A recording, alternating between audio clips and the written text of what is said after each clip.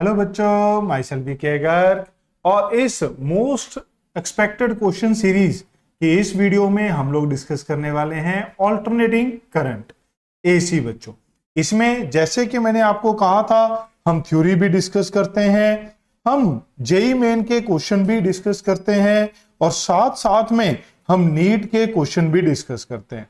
और हम लोग एनसीईआरटी के जो इंपॉर्टेंट पॉइंट्स हैं, कुछ एग्जाम्पल्स हैं, वो भी हम लोग डिस्कस करते हैं बेटा। तो तीनों चीजें यहां कवर की जाती हैं एक ही हमारी वीडियो में। तो आपको इन लास्ट डेज में फाइनल रिवीजन के लिए इधर उधर कहीं और जाने की जरूरत नहीं है।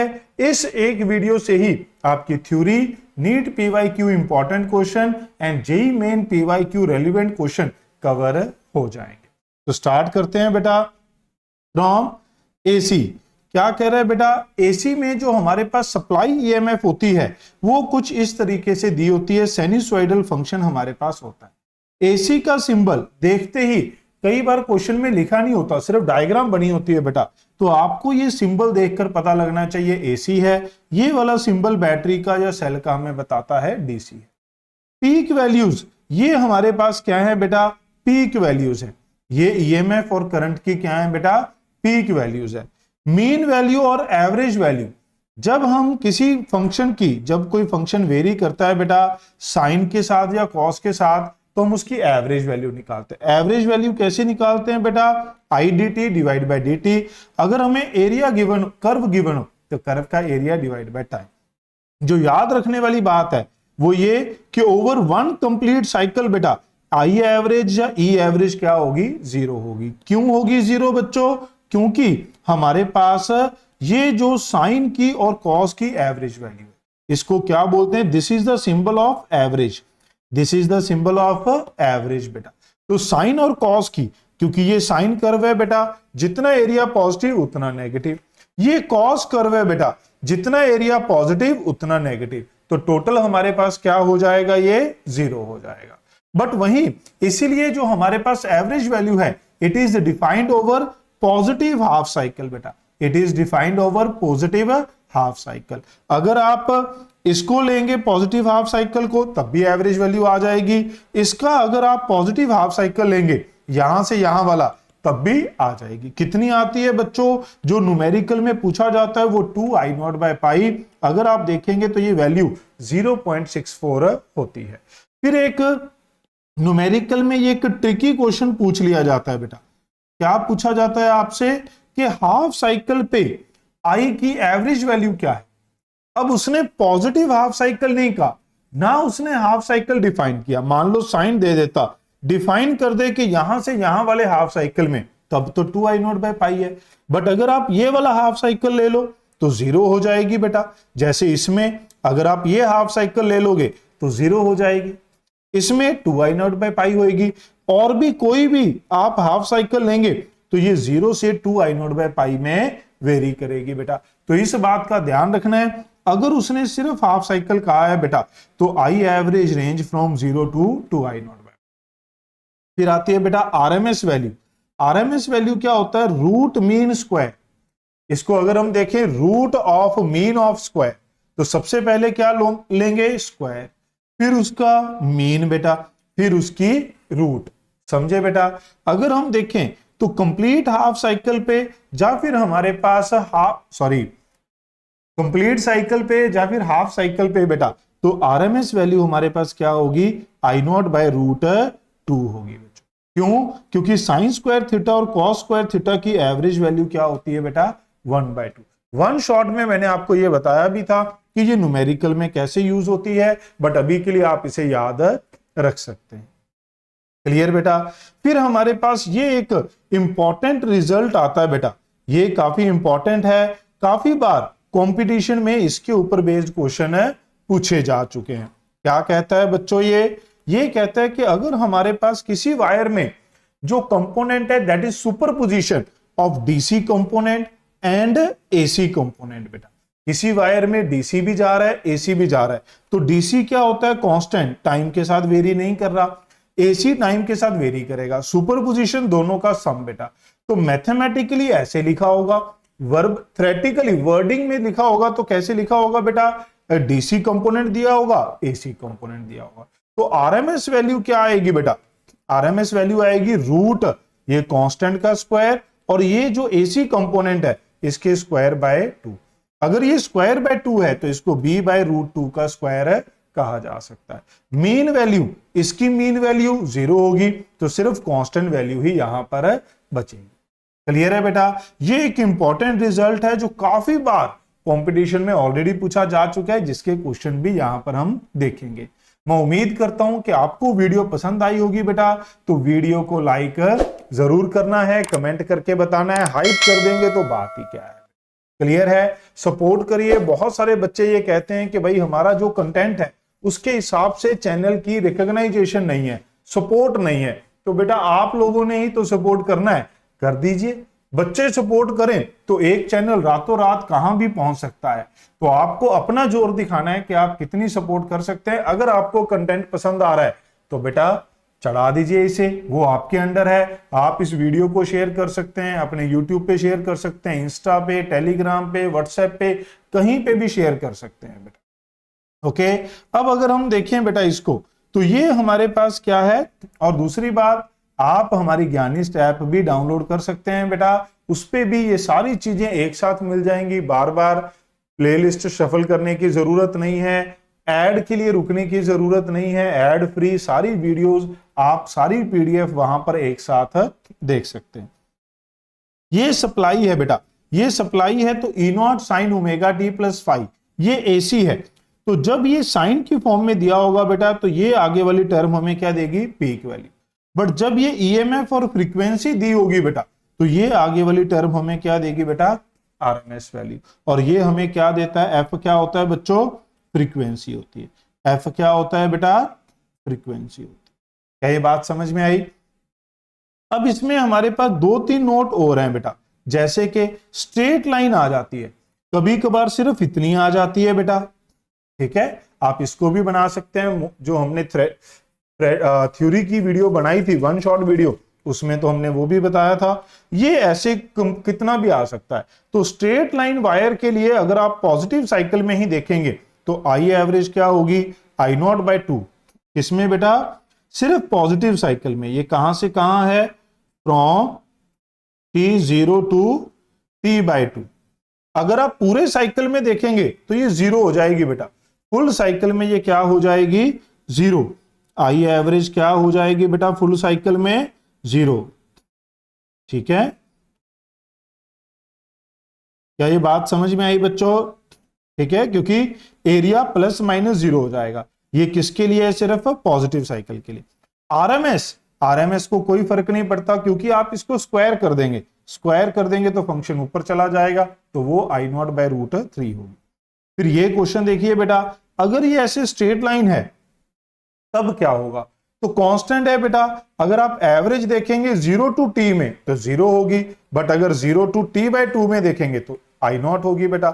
वैसे ही कांस्टेंट फंक्शन है तो आरएमएस वैल्यू भी क्या होगी, I0 होगी। क्या ये बात समझ में आई बेटा। इसका एक और क्वेश्चन भी आता है जो आपको इनमें जो हम क्वेश्चन डिस्कस करेंगे वहां मिलेगा।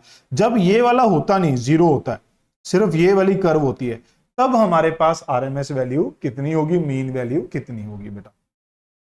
फिर आता है बेटा फेजर। इसके ऊपर हमने आप लोगों की रिक्वेस्ट से, बच्चों की रिक्वेस्ट से हमने एक स्पेशल वीडियो भी बनाई थी फेजर की, जिन बच्चों को फेजर में वैल्यू फाइंड करने में दिक्कत आती है।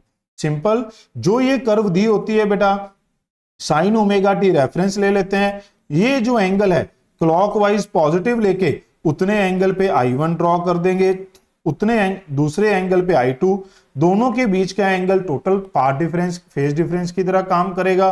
तो नेट करंट क्या हो जाता है, ये एम्पलीट्यूड हो जाएगा, क्योंकि ये सारे एम्पलीट्यूड हैं, पीक वैल्यूज हैं। तो आरएमएस क्या होगा बेटा, डिवाइड बाय रूट 2 कर देंगे। ओके, बाकी क्वेश्चन में देखते हैं। शुरू करते हैं बेटा फर्स्ट क्वेश्चन के साथ, फ्रॉम ऑल्टरनेटिंग करंट। अगर आपने वीडियो को लाइक नहीं किया है तो फटाफट से कर दीजिए बेटा। पहला क्वेश्चन क्या कहता है, देखिए बेटा, alternating current is represented by the equation RMS value of current and frequency. बिल्कुल आसान क्वेश्चन, जेईई मेन 2025 बच्चों। आरएमएस वैल्यू क्या होगी, 100/√2 डिवाइड बाय √2, क्योंकि this will act as a peak, √2 से √2 कट जाएगा बेटा, 100 एम्पियर। फ्रीक्वेंसी क्या होगी बेटा, ये हमारे पास जो टी का कोफिशिएंट है ये ओमेगा देता है बेटा, ओमेगा किसके बराबर होता है 2πf, ये कट गया बेटा, तो फ्रीक्वेंसी कितनी आ गई 50। इन जनरल इंडिया में जो फ्रीक्वेंसी होती है वो 50 ही होती है बेटा, तो third option will be the right answer. फिर ये देखिए जो मैंने आपको क्वेश्चन बताया बेटा, ये भी जेईई मेन 2025 का है, इसमें 19 to 26 के क्वेश्चंस हैं बेटा जेईई मेन के, और हमारे पास नीट के और एनसीईआरटी के भी कुछ क्वेश्चंस हैं। आरएमएस वैल्यू ऑफ करंट, अब देखो ये कौन सा कंपोनेंट है, कांस्टेंट है डीसी, और ये कंपोनेंट कौन सा है बेटा, एसी। अब हमें जो आरएमएस वैल्यू के लिए लिखना होता है बेटा, उसमें हमें क्या चाहिए, ए का स्क्वायर प्लस बीसी का एसी का पीक वैल्यू का स्क्वायर। तो इससे कोई फर्क नहीं पड़ता कि फेज कितना है। मैंने स्पेशली ये क्वेश्चन क्यों उठाया है, क्योंकि यहां फेज है, कई बार बच्चा इस फेज की वजह से कंफ्यूज हो जाता है। तो फेज का कोई लेना देना नहीं है। ए की वैल्यू कितनी है बेटा 5√2 का स्क्वायर, बी की वैल्यू कितनी है बेटा 10 का स्क्वायर बाय 2, तो ये कितना बन गया 50, ये भी 50, 100, और ये कितना आ जाएगा बेटा 10 आ जाएगा। तो ये क्या आ गई हमारे पास 10 आ गई। क्लियर है, आगे बढ़ते हैं। नेक्स्ट क्वेश्चन देखिए बेटा, ऑल्टरनेटिंग वोल्टेज, ये समझ आया ना, ये फॉर्मूला बेटा याद रखना है। यहां पर तो हमने एक एक क्वेश्चन उठाया है, बहुत बार क्वेश्चन है जेईई मेन में। ऑल्टरनेटिंग वोल्टेज अगर हमारे पास ये गिवन है, प्योरली रेजिस्टिव लोड है बेटा, time taken for the current to rise from half of the peak to the peak बेटा। अब देखो बच्चे इसको सॉल्व करने बैठ जाते हैं वैल्यू पुट करके कि हाफ ऑफ द पीक पे टाइम निकालेंगे, पीक पे निकालेंगे। नहीं बेटा, आपको यहां यूज करना है एसएचएम, आपको यूज करनी है एसएचएम की नॉलेज बेटा। क्या होती है, ये जीरो होता है, ये पीक होता है बेटा, है ना। यहां पर इसको आई नॉट लिख सकते हैं, ये माइनस आई नॉट, ये जीरो बेटा। तो पीक वैल्यू से आधा, कहता from half of the peak to the peak value, half of the peak से पीक वैल्यू जाने में कितना टाइम लगता है बेटा t/6 टाइम लगता है। ये तो आपको एसएचएम में याद करवाया ही जाता है। अगर मीन से पीक हाफ तक जाना होता तो t/12 लगता है बेटा। तो हमें टाइम कितना लगेगा t/6। अब t लिखना है, तो t का कोफिशिएंट क्या है ओमेगा, कितना है 100π, तो t क्या होता है 2π/ओमेगा, तो ये कितना आ गया 2π/100π, ये कट गया बेटा, तो ये आ जाएगा 1/50। यहां वैल्यू पुट कर दीजिए बेटा, 6 × 50 1/300 सेकेंड। अगर आप मिली में कन्वर्ट करोगे बेटा तो 1000 डिवाइड बाय 300 मिली सेकेंड, तो 3.3 मिली सेकेंड आ जाएगा। समझे बेटा। तो यहां पर आपको क्या यूज करना है, एसएचएम यूज करना है बेटा। जब भी ऐसा क्वेश्चन आ गया कि 0 से हाफ जाना है, 0 से a/√2 तक जाना है, I0/√2 तक, तो आपको जो है एसएचएम कितनी वैल्यू होती है बेटा, कितना टाइम लगता है 0 से a/√2 तक जाने के लिए कितना टाइम लगता है बेटा, वो आपको यहां पर मुझे बताना है। ओके, आगे बढ़ते हैं। ये भी देखिए उसी के ऊपर बेस्ड है, ये भी 2025 का ही है। अब ये फेजर के ऊपर बेस्ड है बेटा, एक साइन है और दूसरा क्या है कॉस है। तो क्या होता है, साइन वाले को इधर ड्रॉ कर लेते हैं बेटा, कितना है IA, कॉस वाले को किधर ड्रॉ कर लेते हैं बेटा, इधर ड्रॉ कर लेते हैं, कितना है IB। समझे।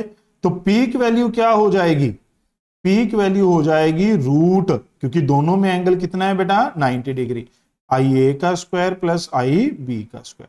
तो हमसे क्या पूछी है आरएमएस, आरएमएस क्या होती है पीक/√2, तो ये आ गया रूट IA का स्क्वायर IB का स्क्वायर डिवाइड बाय √2, तो ये कितना आ गया बेटा IA का स्क्वायर IB का स्क्वायर बाय 2।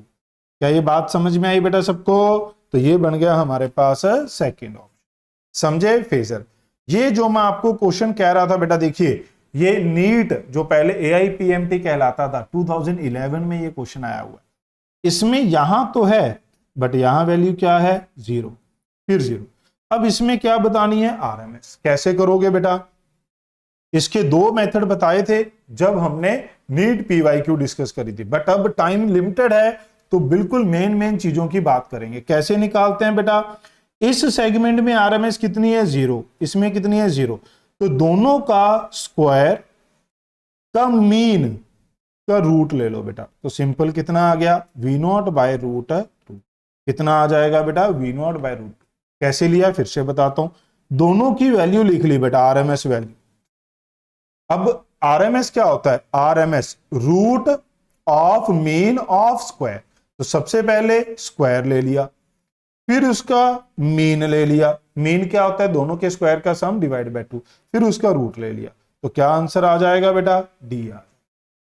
समझे। अगर इसकी एवरेज वैल्यू लिखनी होती तो क्या लिखता बेटा, पहले की वैल्यू दूसरे की वैल्यू डिवाइड बाय 2, तो क्या आ जाता V0 बाय 2। ये मेरे पास क्या आ जाती एवरेज वैल्यू। समझे बेटा। अब हो सकता है बदल कर आ जाए, तो ये भी पूछा जा सकता है। नेक्स्ट आ जाता है बेटा, जब हम इस एसी सप्लाई को कनेक्ट करते हैं एलिमेंट के साथ। आज बेटा मैं लेट हो गया ये वीडियो रिकॉर्ड करने में, हमारे एरिया में इंटरनेट की दिक्कत थी, वाईफाई नहीं चल रहा था, लोकल एरिया में प्रॉब्लम थी। वाईफाई नहीं चलेगा तो ये रिकॉर्डिंग वगैरह सब चलती नहीं है ना। तो हो सकता है आज जब आपको ये वीडियो मिले थोड़ी लेट हो, कोई बात नहीं, हो जाता है कभी कभार, है ना। बट फिर भी मैं रिकॉर्ड कर रहा हूँ, जितनी जल्दी हो सके पॉसिबल आपको वीडियो देने की कोशिश कर रहा हूँ, सो दैट आपको ये ना लगे कि सर ने रेगुलरली डेली एक वीडियो डालने की बात करी थी बट नहीं डाली। ओके, बस आपको बेटा मुझे सपोर्ट करना है, लाइक करना है, कमेंट करना है और अपने मैक्सिमम दोस्तों के साथ शेयर करना है बेटा। रजिस्टर विद एसी बेटा, अगर एक एसी सप्लाई ये देख रहे हो ना सिंबल को रजिस्टर के साथ जोड़ दें तो इसमें करंट और ईएमएफ सेम फेज में होते हैं बेटा, तो फेज डिफरेंस है 0। जो करंट ईएमएफ है वैसा ही कुछ करंट दिखता है। करंट हो जाता है E0 बाय आर, जैसे डीसी में होता था। अगर आरएमएस वैल्यू लिखेंगे, आरएमएस को यहां पर और क्या नाम दिए थे बेटा, आरएमएस को यहां पर क्या नाम दिए थे, देखिए V का मतलब यहां पर क्या होता है बच्चों, वर्चुअल होता है। V का मतलब यहां क्या होता है बेटा, वर्चुअल। इसको वर्चुअल और इफेक्टिव वैल्यू भी बोलते हैं। इसको क्या बोलते हैं बेटा, वर्चुअल और इफेक्टिव वैल्यू भी बोलते हैं। तो यहां पर जो IV लिखा है, IV का मतलब है बेटा आरएमएस वैल्यू। IV का मतलब क्या है बच्चों, आरएमएस वैल्यू। समझ रहे।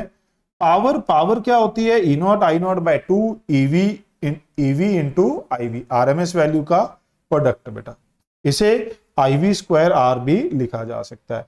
और अगर आप देखें जो रेजिस्टेंस है बेटा, यहां पर जो रेजिस्टेंस है ये फ्रीक्वेंसी पे डिपेंड नहीं करती है। डीसी में जो हमारे पास रेजिस्टेंस होती है बच्चों, वेयर एज इन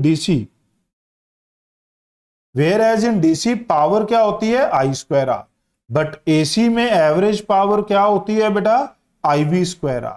ये किस में लिखी है हमने, एसी में। This is in AC. क्या ये बात समझ में आई बेटा।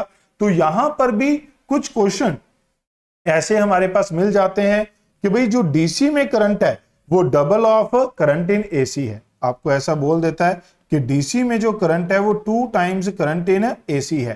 तो आपको करंट और करंट के बीच में IV और I के बीच में रिलेशन है फाइंड करना होता है बेटा। फिर अगर आप देखें तो हमारे पास यहां पर क्या आएगा, तो इंडक्टर में क्या होगा बेटा, इंडक्टर में एसी सप्लाई को हमने इंडक्टर के साथ लगा दिया बेटा।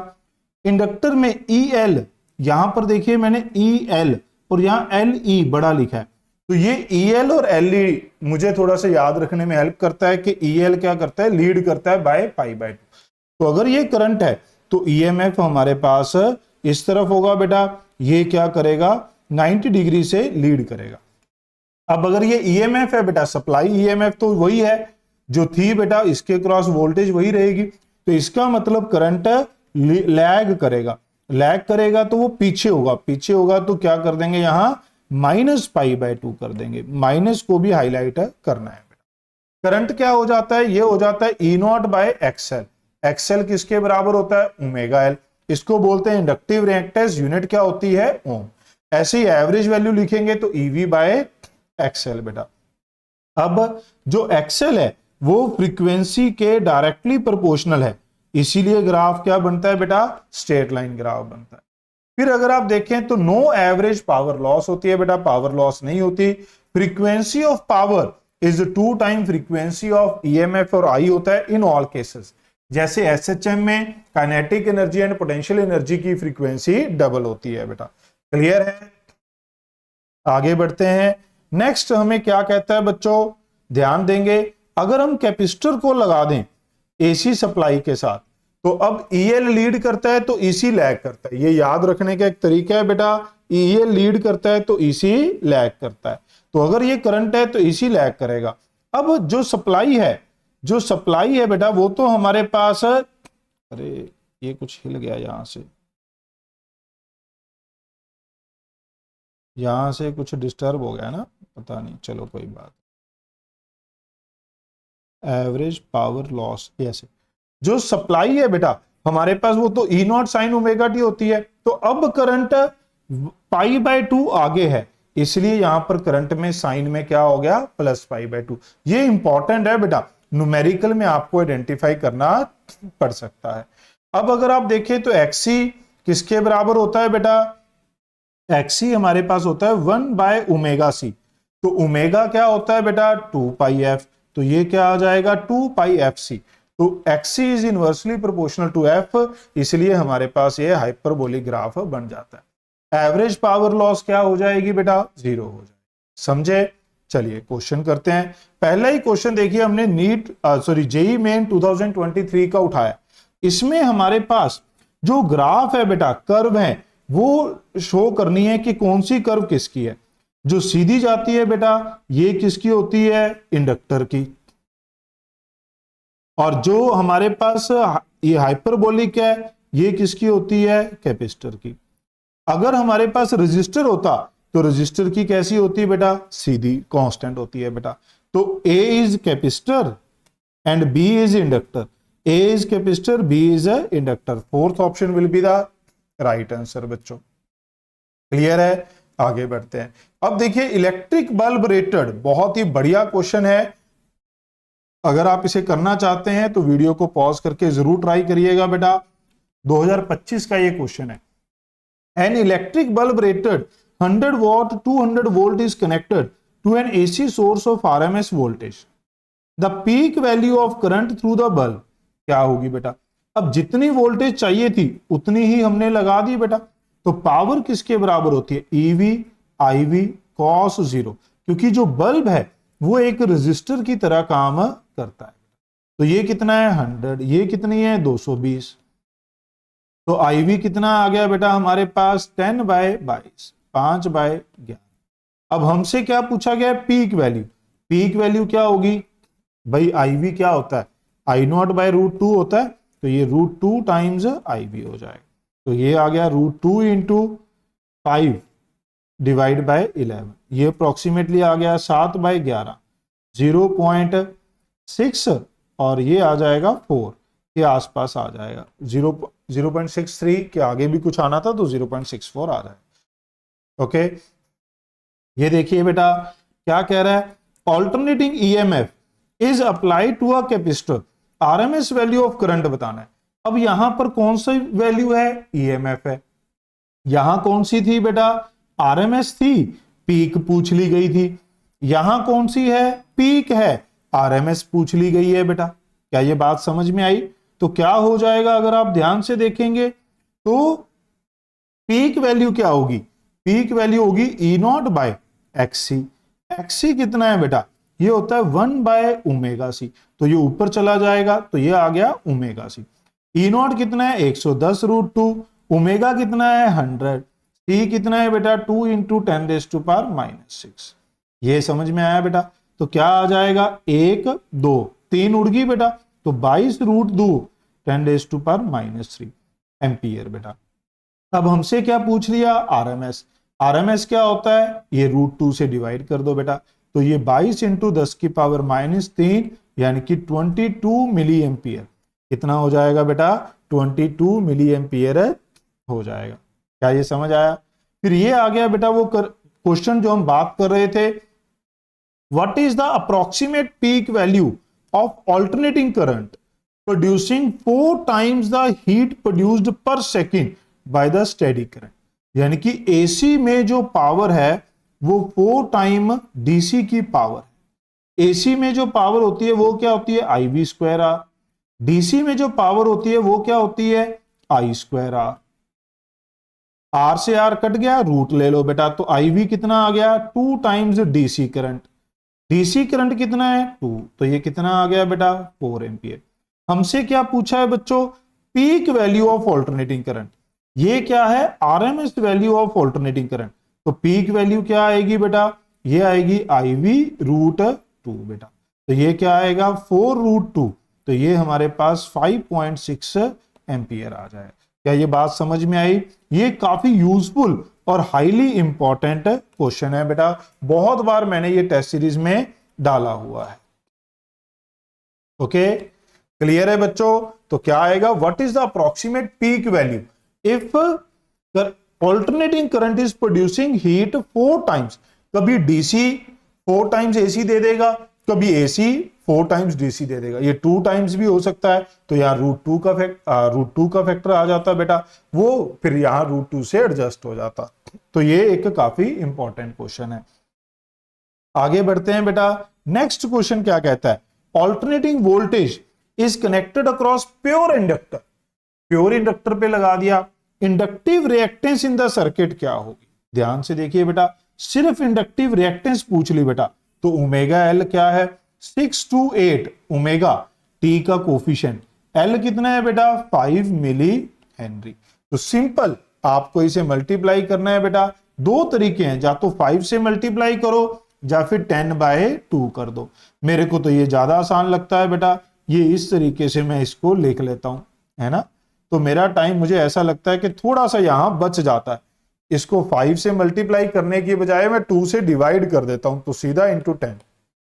ओके, आप भी ऐसी टेक्निक सीख सकते हैं बेटा, जब आप का जो टीचर है, जो मेंटर है, वो भी इस तरीके से यूज करता है, तो ऑटोमेटिकली आप लोग भी ये सारी चीजें सीख जाते हैं।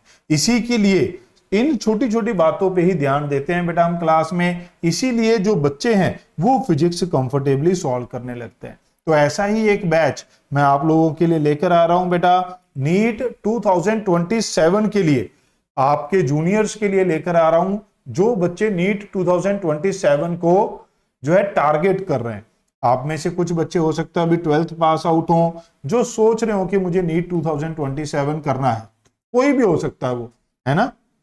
तो उनके लिए बेटा तो ज्ञानी स्टैप जरूर डाउनलोड करना बेटा, वहां पर उस कोर्स की सारी डिटेल अवेलेबल है। फिर भी कोई डाउट हो तो आप मुझे मैसेज कर सकते हैं टेलीग्राम पे, इंस्टाग्राम पे, या फिर ऐप के अंदर भी चैट का ऑप्शन है। यहां पर देखें, इन the circuit shown below the inductance, ये किसका क्वेश्चन है बेटा, री एग्जामिनेशन 2024 नीट का ही क्वेश्चन है बेटा। ये मैंने इसलिए उठाया कि सिंपल सा क्वेश्चन आता है, सिर्फ आपको ध्यान से लिखना है। क्या लगा हुआ है बेटा, इंडक्टिव। इंडक्टर में EL क्या करता है, लीड करता है, बस आपको यह पता होना चाहिए था। तो करंट दे रखा है बेटा, करंट दे रखा है, तो जो EMF है वो कितनी होगी, करंट से π/2 आगे होगी। तो sin π/2 प्लस थीटा क्या होता है, cos थीटा। अब E0 और I0 में क्या रिलेशन होगा, I0 होता है E0/XL, तो E0 क्या हो गया, I0 इंटू XL। XL क्या होता है बच्चों, ओमेगा एल। XL क्या होता है बेटा, ओमेगा एल। यस और नो, तो ये हमारे पास बन गया। तो E0 की वैल्यू क्या रख दो, I0 omega L cos omega t. तो क्या आंसर बन जाएगा बेटा, 4th ऑप्शन। समझ में आया? तो आपको ये ध्यान रखना है कि ये लीड करता है, बस समझ गए। तो इस तरीके से आपका ये क्वेश्चन बन सकता है। इसी टाइप का कैपेसिटर के ऊपर भी आया हुआ है, जिसमें आपको यहां -π/2 या कुछ उस तरीके से एडजस्ट करना पड़ता है। ठीक है, आगे बढ़ते हैं। फिर आता है LCR सीरीज सर्किट। अभी तक तो एक एक एलिमेंट लगाया था बेटा इसी सप्लाई के साथ, अब हम तीनों एलिमेंट या फिर 2 एलिमेंट लगाएंगे LCR के साथ। जो हमारी 1 शॉट वीडियो थी, क्विक रिवीजन वीडियो, उसमें तो हमने पहले एक एक एलिमेंट लगाया, फिर 2-2 बेटा। यहां पर बट अब 15 दिन बचे हैं, तो बिल्कुल क्रिस्प चीजें हम लोग यहां पर पढ़ रहे हैं बेटा, जिनके पूछे जाने के चांसेस काफी हाई है। तो सीधा हम कहां पर आ गए, LCR सीरीज सर्किट पे आ गए। क्या कहता है देखते हैं। तो इसमें बेटा 3 एलिमेंट AC सप्लाई के साथ लगे हैं, तीनों सीरीज में है, तो करंट सेम रहेगा। तो EL लीड करेगा, EC लैग करेगा और ER इन सेम फेज। अब इसमें दो केस हैं, अगर EL बड़ा होगा बेटा तो ये इधर आएगा नेट इफेक्टिव EMF और ER इधर है, तो सप्लाई EMF जो यहां पर सप्लाई है बच्चों, सप्लाई EMF को आप क्या लिख सकते हो, E equal to E0 sine omega t. तो जो सप्लाई है वो इस तरफ आ जाएगी बेटा, ठीक है, तो ये आपको पता होना चाहिए। अब EL EC को आप XL माइनस XC से रिप्लेस कर सकते हैं क्योंकि करंट तो सेम है, और ER को R से, तो ये हमारे पास क्या आ जाती है बेटा, इंपीडेंस। इसको क्या बोल देते हैं बच्चों, इंपीडेंस बोल देते हैं। क्लियर है, तो यहां से इंपीडेंस ट्रायंगल से हमारे पास क्या आ जाता है, tan फाई आ जाएगा XL minus XC by R, cos phi आ जाता है R by Z। cos phi को कहा जाता है बेटा पावर फैक्टर, ठीक है, क्यों वो आगे चलकर देखते हैं। फिर आती है हमारे पास ये EMF का रिलेशन बेटा। अब ये EMF सप्लाई है, ये सारी EMF है, बट कौन सी होती है बेटा, जा तो ये पीक वैल्यूज होती हैं, ये जा तो पीक वैल्यूज होती हैं या फिर RMS वैल्यूज होती हैं, पीक वैल्यूज या फिर RMS। जो इंस्टेंटेनियस EMF है उन सब का स्केलर सम ही होता है क्योंकि EMF is a scalar quantity. वो भी एक क्रूशियल पॉइंट है जो काफी बच्चों को पता होना चाहिए। क्लियर है बेटा, नोट करिए, ठीक है बेटा। तो इसी को आप EMF के रिलेशन को आप कन्वर्ट कर सकते हैं इंपीडेंस के रिलेशन में। इंस्टेंटेनियस वैल्यू के लिए इन सब का स्केलर सम लेना है, वन शॉट में भी बताया था, क्योंकि EMF is a scalar quantity, तो इस चीज का ध्यान रखना है। वहीं अगर सेकंड केस में EC बड़ा हो तो EMF इधर आ जाएगी, तो EMF इधर आ जाएगी बेटा, तो सप्लाई EMF इधर होगी।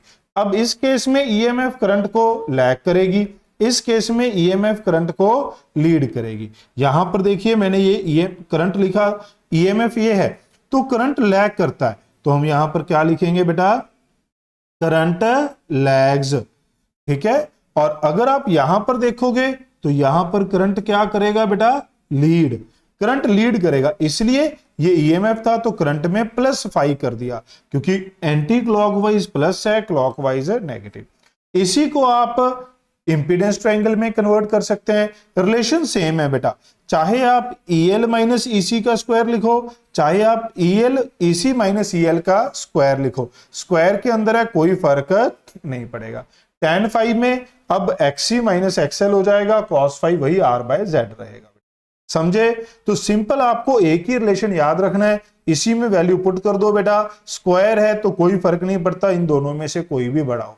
बस याद रखने वाली बात क्या है कि ये लीड करेगा या फिर लैग करेगा। आगे भी ये फिर से हमने लिखा हुआ है बेटा।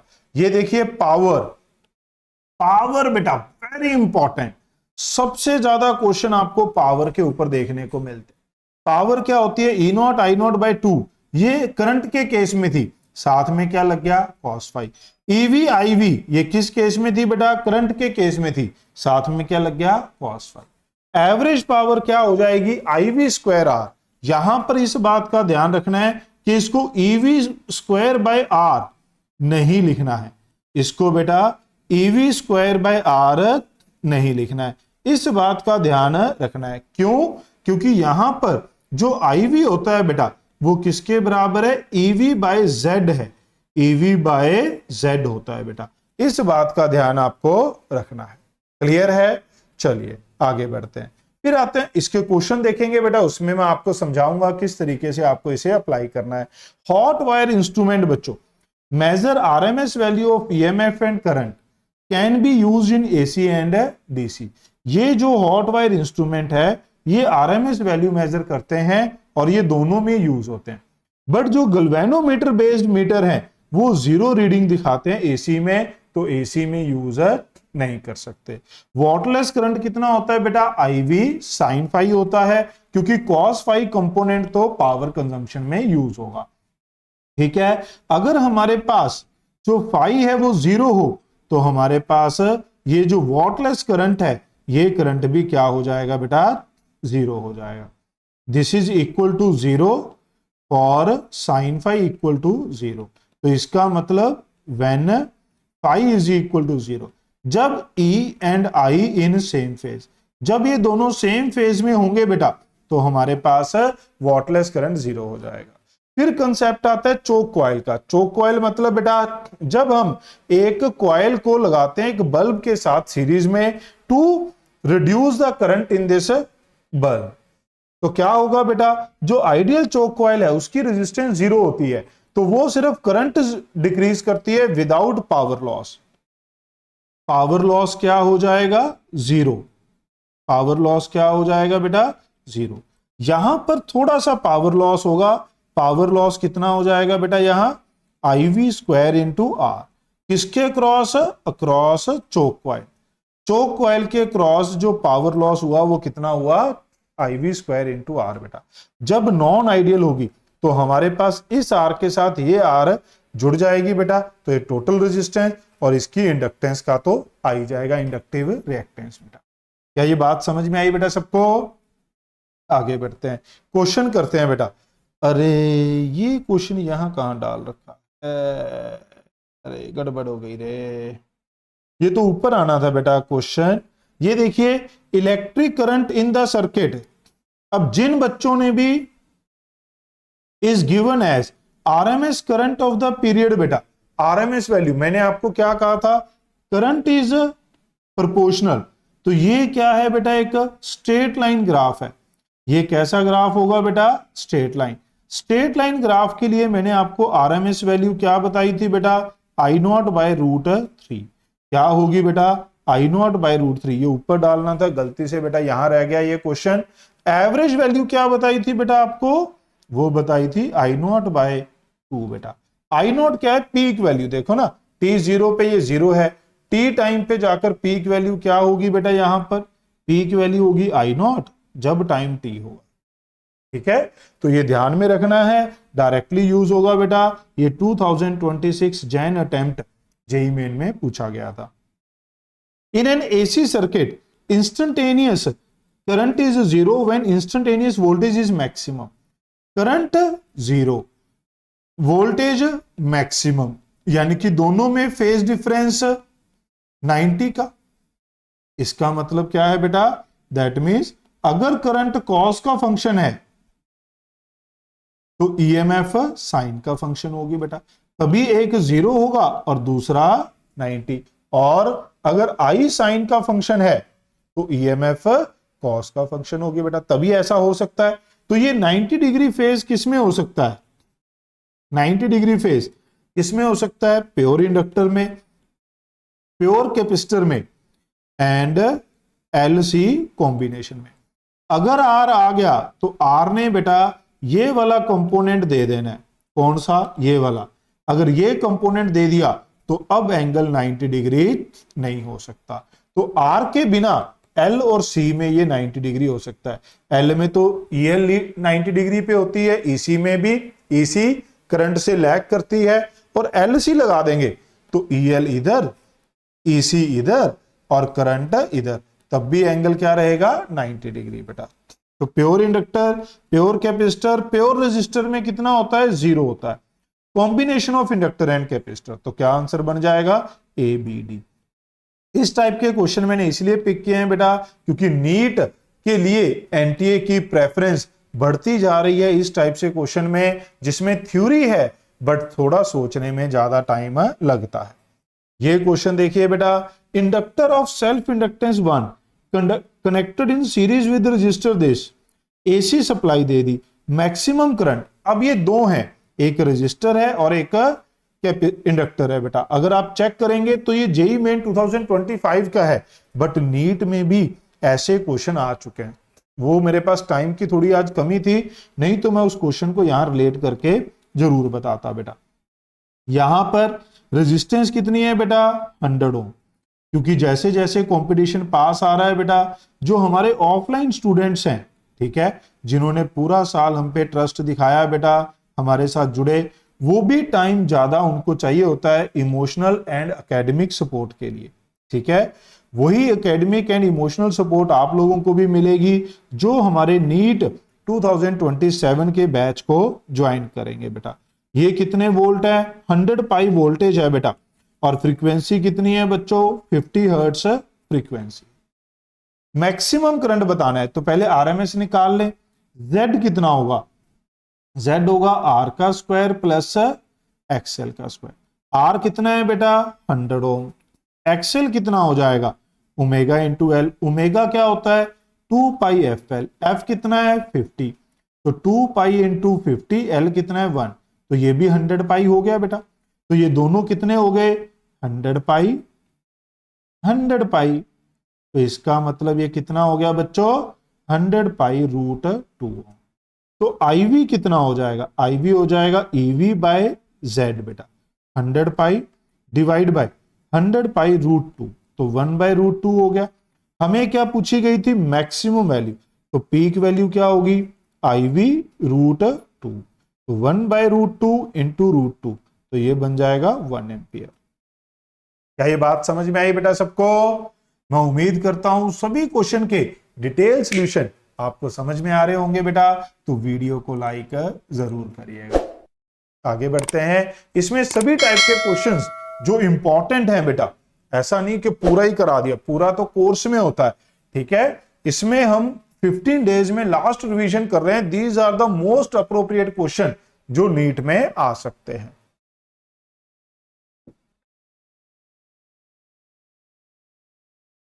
A series LCR circuit बेटा consists of this and this बेटा, input voltage is this, amplitude of current. तो बेटा अब तीनों दे दिए, तो Z क्या होगा R का स्क्वायर प्लस दोनों में से किसी को भी पहले लिख दो, स्क्वायर की वजह से कोई फर्क नहीं पड़ेगा। 80 का स्क्वायर बेटा 100 माइनस 40 का स्क्वायर, तो ये कितना आ गया 80 का स्क्वायर प्लस 60 का स्क्वायर, तो ये कितना आ गया बेटा 100। तो अगर आप देखें तो ये अब कॉस का फंक्शन है ईएमएफ, तो यानी कि ये पीक वैल्यू है। पीक वैल्यू कितनी है 2500 वोल्ट।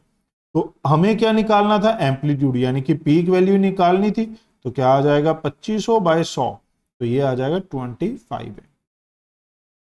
कौन से ईयर का है 2023 का बेटा। और यही same to same similar question JEE Main 2026 में भी आया था, ऊपर रखना था ना इसको, अच्छा पावर फैक्टर का, ठीक है चलिए कोई बात नहीं, आगे चलकर ही देख लेंगे। क्या कह रहा है AC source is connected in this RMS potential difference across the capacitor. Wow, इसको करिए बेटा, सॉल्व करिए, इसको जोर लगेगा थोड़ा, वीडियो को पॉज करिए, सॉल्व करिए। जेई मेन 2024 नीट में भी ऐसे क्वेश्चन आए हैं जिनमें थोड़ा जोर लगता है बेटा, करिए जरा ट्राई। क्या कहता है बेटा, ध्यान से देखेंगे। AC source is connected to LCR, RMS potential difference across capacitor निकालने के लिए हमें पहले करंट निकालना पड़ेगा। करंट के लिए Z चाहिए, Z के लिए एलिमेंट R कितना है 300 ओम, XC कितना होगा बेटा 1 बाय ओमेगा, ओमेगा कितना है बच्चों 100, ये हमारे पास ओमेगा टी का कोफिशिएंट।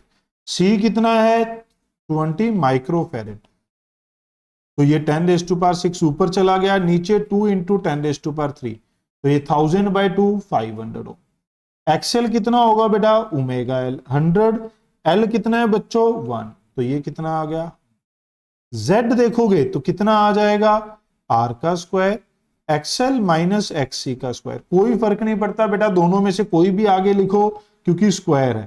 तो ये हमारे पास कितना है 300 का स्क्वायर, ब्रैकेट के अंदर क्या बच गया 100 माइनस 500 400 का स्क्वायर, नेगेटिव हो या पॉजिटिव कोई फर्क नहीं, स्क्वायर कर देंगे, तो ये कितना बच गया बेटा 500। तो करंट कितना आया, करंट आएगा बेटा peak value E naught by Z, तो ई नॉट कितना है पीक वैल्यू है बेटा, ये कितनी है 50√2 डिवाइड बाय 500, तो ये आ गया √2 बाय 10। तो आरएमएस वैल्यू क्या आएगी डिवाइड बाय √2, तो ये आ गई 1 बाय 10 एम्पियर। तो अब अगर हम देखेंगे बेटा एक्सी के क्रॉस आरएमएस वैल्यू, तो ये IV इंटू एक्सी, तो ये हमारे पास C के क्रॉस है, तो ये कितना है 1 बाय 10, एक्सी कितना था बेटा 500, तो ये कितना आ जाएगा 50 वोल्ट, तो कितना आ गया बच्चों ये 50 वोल्ट। समझे? तो आपको ये सारी मेहनत भी करनी पड़ सकती है और काफी बार ऐसे क्वेश्चन आए हैं जिसमें आपको ये मेहनत करनी पड़ी है। ये भी कुछ उस टाइप का ही है बेटा। इसमें अब देखो यहां तो इसने लिख दिया एक्सी और एक्सएल, कई बार लिखेगा नहीं बेटा, एसी सप्लाई दी होगी और यहां 100 ओम लिख देगा, 200 ओम लिख देगा। बच्चा कहता है सर टाइपिंग एरर हो गई क्या, यहां ओम कैसे लिख दिया? अरे भाई एसी में ये एक्सी और एक्सएल डायरेक्टली भी गिवन हो सकते हैं, इसीलिए ये क्वेश्चन पिक किया गया है। आरएमएस वैल्यू निकालनी है, पहले पीक वैल्यू के लिए जेड निकाल लेंगे बेटा।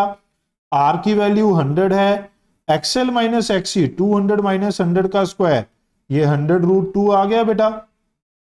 तो आईवी कितना होगा, ईवी डिवाइड बाय जेड, तो ईवी ही दे रखा है, तो 100√2 बाय 100√2, तो ये कितना आ जाएगा 2 एम्पियर। कितना आ जाएगा बेटा 2 एम्पियर। क्लियर है, आगे बढ़ते हैं बेटा।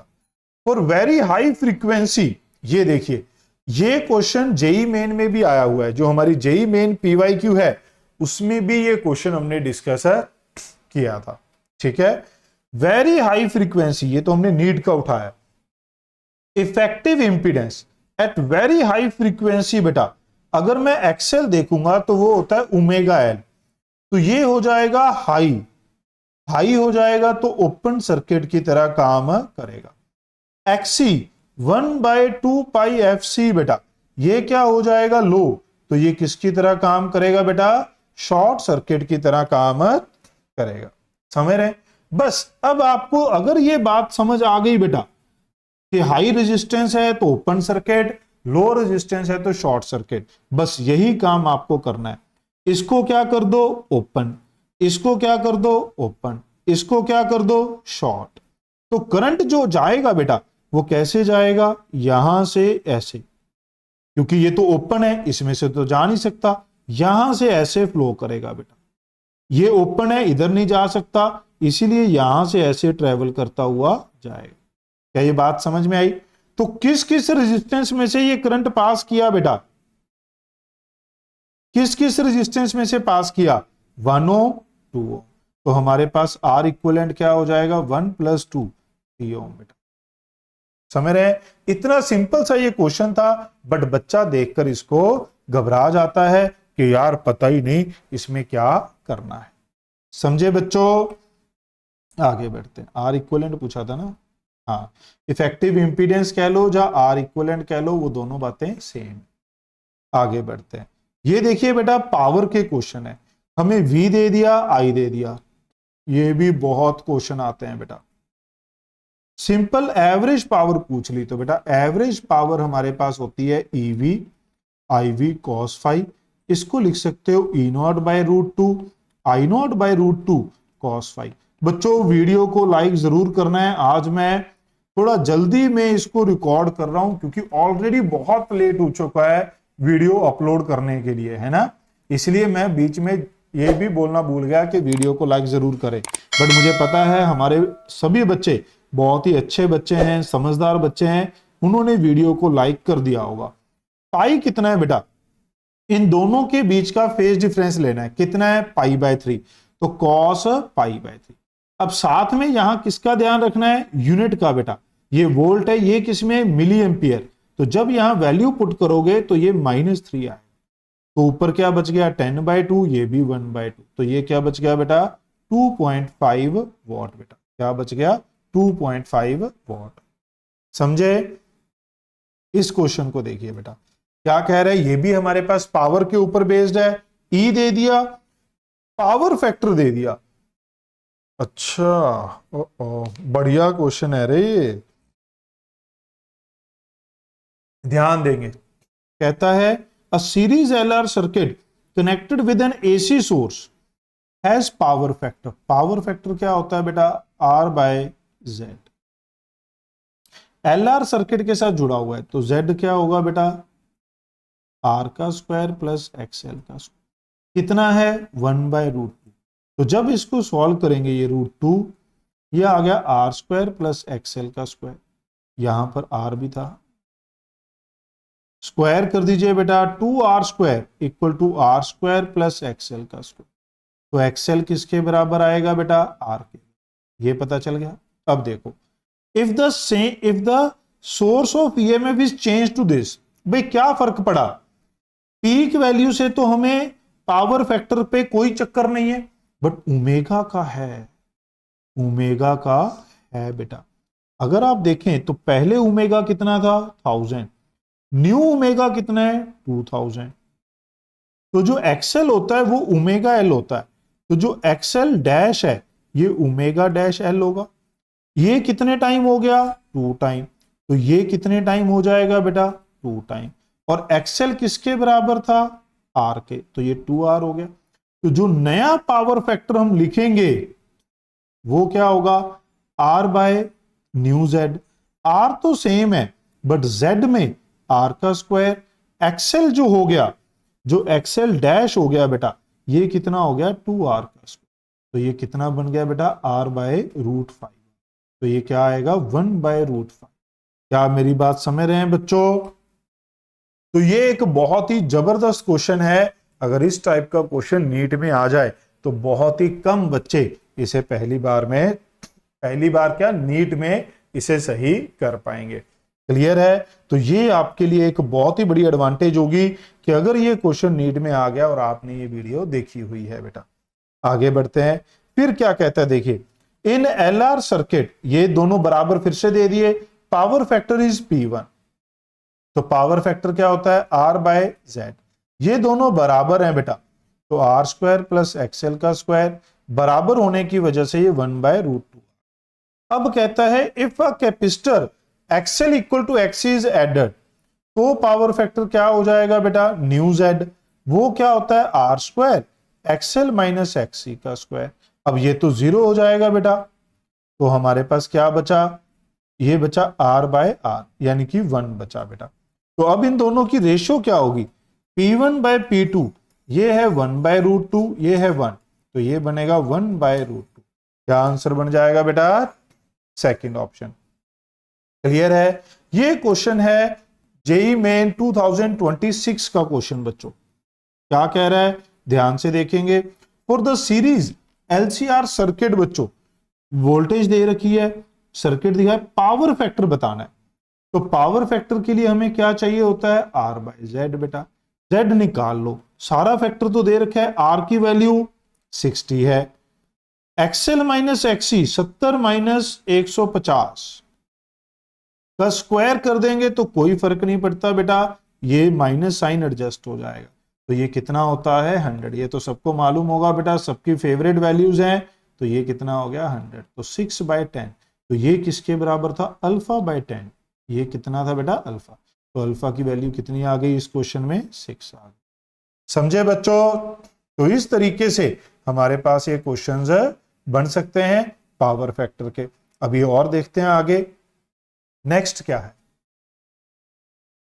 इस क्वेश्चन में क्या कह रहा है बेटा, capacitor of reactance this resistor this are connected in series. देखिए कैपेसिटर ऑफ रिएक्टेंस बेटा, सीधा आपको क्या दे दिया बच्चों एक्सी दे दिया, आर दे दिया, R connected in series with this power dissipation in the circuit. अब ध्यान देना है बेटा, बढ़िया क्वेश्चन है। जब आप पावर डिसिपेशन देखते हो तो IV cos फाई होता है। तो अब हमें सीधा सीधा EV पीक वैल्यू दे दी, तो आपको EV भी पता चल गई क्या होती है, पीक बाय रूट 2 8 बेटा। EV पता है, cos फाई पता है, बट आपको IV नहीं पता, तो आप क्या लिखोगे यहां EV बाय Z लिखोगे बेटा, और यहां भी R बाय Z। तो यहां से आपको पहले Z निकालना पड़ेगा, इंपीडेंस निकालना पड़ेगा। क्या होगा, 2 हैं तो दोनों के स्क्वायर का सम बेटा, ये 4 का स्क्वायर, ये 4 रूट 3 का स्क्वायर, 4 कॉमन आ गया, 1 प्लस रूट 3 का स्क्वायर 3, तो ये कितना आ गया बेटा 8।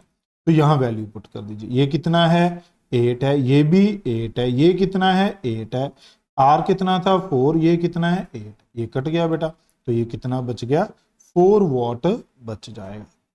समझे? आगे बढ़ते हैं बेटा, वीडियो को लाइक जरूर करिएगा बेटा, ठीक है, भर भर के लाइक आने चाहिए। आगे बढ़ते हैं। Choke coil is simply a coil having large inductance but small resistance. बिल्कुल ही, ये बिल्कुल इसकी डेफिनेशन बोल दी बेटा, इंडक्टेंस लार्ज होती है, रेजिस्टेंस स्मॉल होती है। Choke coil are used with fluorescent mercury tube fitting if a household electrical supply is directly connected to mercury tube the tube will damage। बिल्कुल सही है बेटा, 100% करेक्ट है। ये इन ट्यूब को सेफ रखने के लिए होता है। अगर आप डायरेक्ट सप्लाई लगा दोगे तो करंट विल बी हाई। तो ये जो क्या करता है, करंट को डिक्रीज करता है और ऑपरेशन को सेव करता है, इसलिए हमारे पास ये लगाया है। ठीक है बेटा। By using the choke coil the voltage across the tube reduce by a factor. अब अगर मैं डायरेक्ट लगाता तो वोल्टेज हमारे पास क्या आती, इतनी, बट अब करंट कितना हो गया, देखो करंट हो गया E बाय आर का square plus omega square L square. अब वोल्टेज कितनी होगी, I इंटू आर। तो ये कितनी हो गई बेटा, E into R divide by R square plus omega square L square.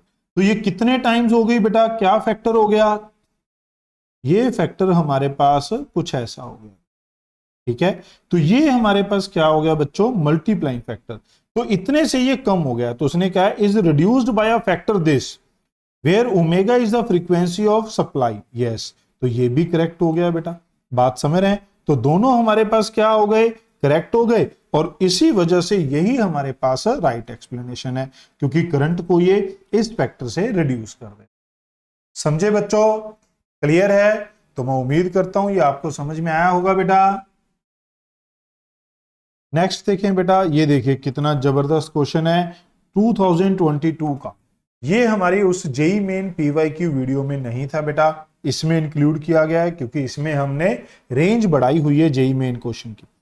A circuit element X when connected to AC peak voltage is 100 gives peak current बेटा। तो करंट हमारे पास I naught E naught by Z बेटा। तो हमारे पास Z कितना आ गया 100 bye 5 यानी कि 20, which is in phase with voltage. अगर वो सेम फेज है तो ये क्या होगा बेटा, रेजिस्टेंस, क्योंकि रेजिस्टेंस के लिए ही फेज डिफरेंस 0 होता है। ओके, तो ये हमारे पास x आ गया। फिर कहते हैं second element y when connected to the same supply gives the same value of peak current which lags behind the voltage. अब जो करंट है वो लैग बिहाइंड है, I lags behind by pi by 2। ऐसा एलिमेंट क्या होता है, inductor, but उसका ये सेम है वैल्यू, तो यहां R हो गया, वहां क्या हो जाएगा XL, तो वो भी कितना है 20 ओम का। Now if X and Y, ये किसके लिए था बेटा, Y के लिए, are connected in series to the same supply. अगर मैं X और Y को कनेक्ट कर दूंगा बेटा तो Z कितना हो जाएगा, X का स्क्वायर प्लस Y का स्क्वायर, कितना हो जाएगा R का स्क्वायर प्लस XL का स्क्वायर, 20√2 हो जाएगा। ये दोनों सेम करंट देते हैं बेटा, सेम सप्लाई सेम करंट, इसका मतलब दोनों की मैग्नीट्यूड क्या है, वैल्यू क्या है, सेम है। अब दोनों को साथ में जोड़ दिया, what will be the current बेटा, करंट क्या होगा E naught by Z. E naught कितना है बच्चों 100, ये आ गया 20√2। अब देखो क्या आ गया 5/√2। बच्चा क्या मार्क करने की तरफ जाता है 5/√2, बट ये आंसर हमारे पास नहीं होगा, क्योंकि यहां क्या पूछा है, देखो RMS, क्या पूछा है बेटा यहां पर RMS। क्या ये बात समझ में आई?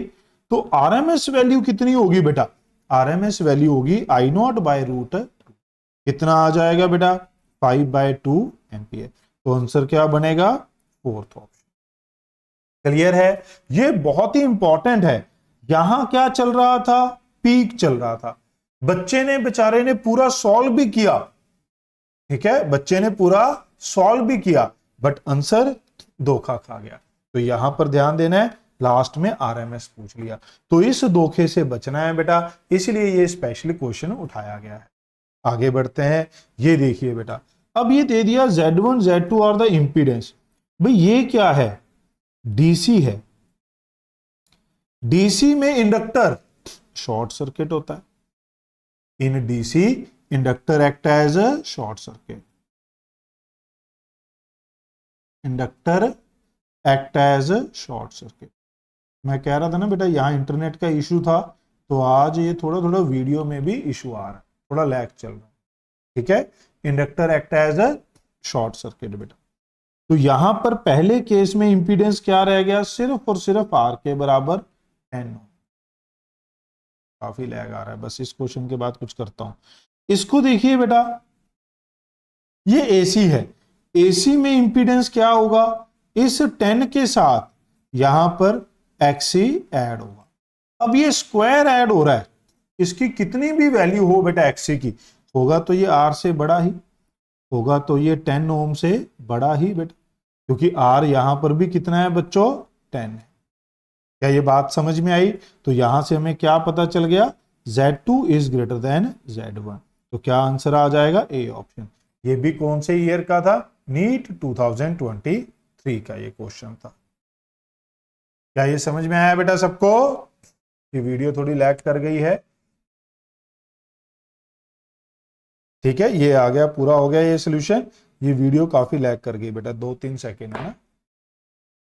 तो नेक्स्ट बेटा अगर आप ध्यान से देखें तो क्या हो जाएगा हमारे पास, ये एनसीईआरटी की एग्जांपल उठाई गई।